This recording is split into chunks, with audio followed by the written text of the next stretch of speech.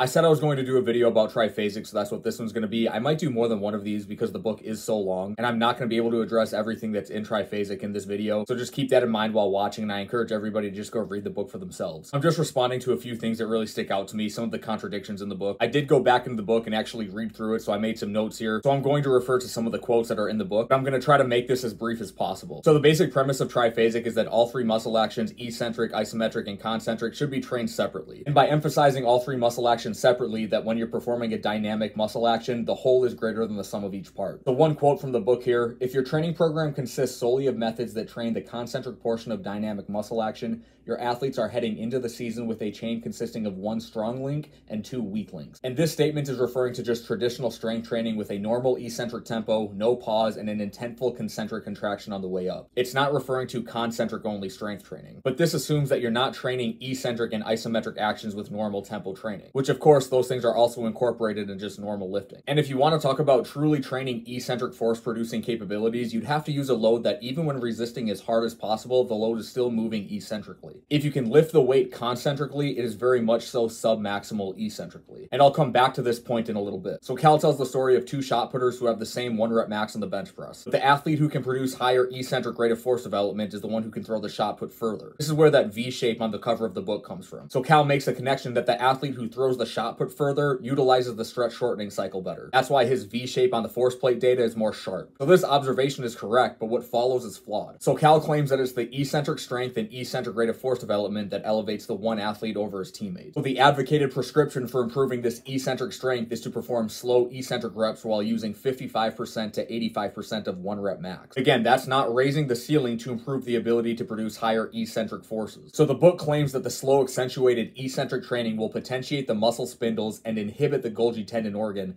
leading to an improved stretch reflex. But submaximal slow eccentric reps are actually less stimulating to the nervous system, less stimulating to the muscle spindles compared to just actually lifting the bar up in the concentric portion of the lift. So it actually isn't training the improvement of what Cal calls faster absorption of force. Cal even concedes at one point in the book that accentuated eccentric lifting recruits fewer total motor units compared to concentric portion of a rep. Motor unit is just a nerve in the muscle fibers it innervates. It is the nervous system. The next thing I want to address is the advocation for block periodization. So the book states that an athlete can't train for strength and power at the same time because the training loads required to elicit positive adaptation are too great. The sum of the total stress from the two training targets would severely overtrain the athlete. As a result, each block must focus on one training parameter at a time. The book states that in the case of a block system where each block must be laid out using a highly concentrated level of stress, these abilities must be developed consecutively rather than concurrently. And you must keep in mind that whenever you train a specific training parameter or performance quality, you do it at the expense of another parameter. Every time athletes train for strength, they are sacrificing time that they could have spent training for power, speed, or endurance. So I have two issues with this. One is that you absolutely can train for more than one quality concurrently.